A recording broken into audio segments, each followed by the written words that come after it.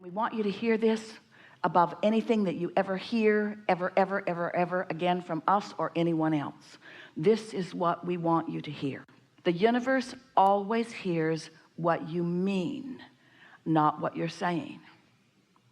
So when you get something from a situation or from a person that you don't like, and you have a reaction to it, usually a negative reaction if you don't like it, if you could say to yourself, there's only attraction, there's only attraction, there's only attraction, there's only attraction. There is no assertion.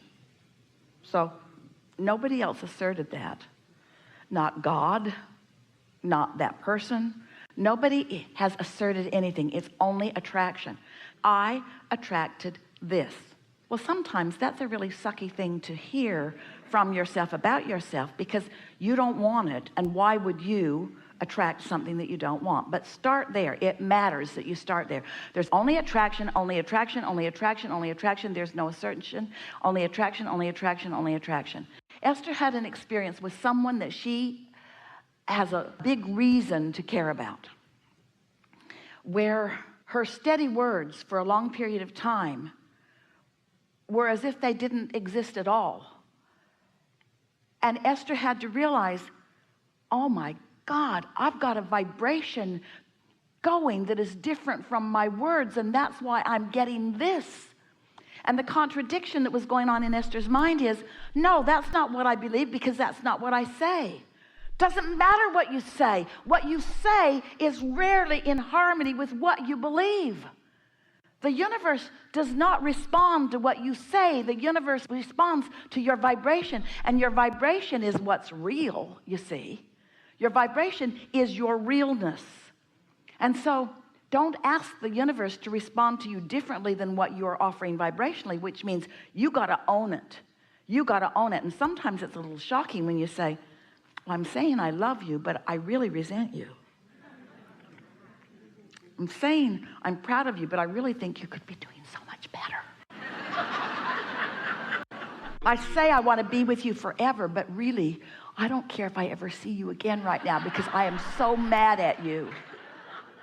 So you've got yourself all confused, because what you're offering vibrationally, and therefore what the universe is delivering to you, don't jive. And then you want to blame it on all of them and read all the books about all the behaviors and all of the patterns and all of the studies and all of the stuff that just keeps you in a constant state of upheaval, when all it ever really comes down to is you're not owning how you feel.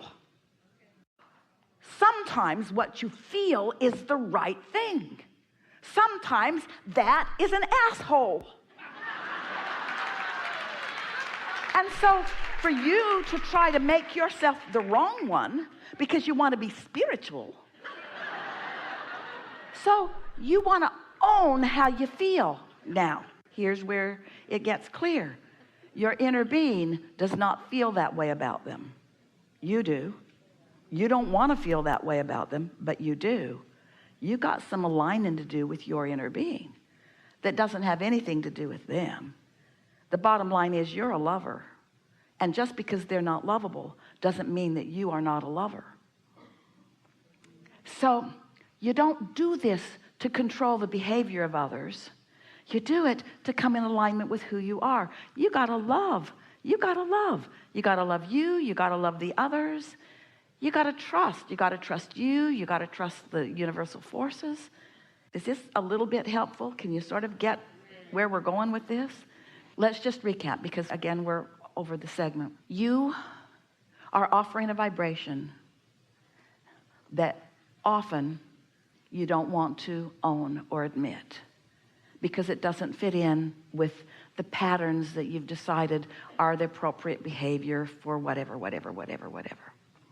And so it's a constant awareness and alignment process of figuring out what your inner being is thinking right now, right here about this. because your inner being is always right on. Your inner being walked every step with you. Your inner being experienced every beating you experienced. Your inner being knows all the people you ever knew. Your inner being knows all those ups and downs that you lived. Your inner being knows what you launched, the rockets of desires, every single one of them. And your inner being rode the rocket every single time and took the evolution that your life produced for you. Your inner being just got there first. So your inner being stands in this attitude of enormous appreciation of the life that you've lived and the expansion that you've caused, and holds that vibration so steady that you can't miss it. And when you use words to deceive yourself of what you're really feeling, you can't get back on track. Did you hear what we just said? If you're pretending through your words and action that you mean something different than you really do, then you're not ever going to sort it out. There's two ways to know what your vibrational offering is. One is what's coming back to you, and the other is how you feel. So once you own that, and when you don't feel good, you know that there's only one thing to do. We want you to hear this so much. When you don't feel good, what does that mean most to you in the whole world? What does you not feeling good mean mostly? It means right now your inner being feels really good. Because when you don't feel good, that's evidence of the existence of your inner being who feels different than you feel, because you've got yourself deprived of that. Did you hear it?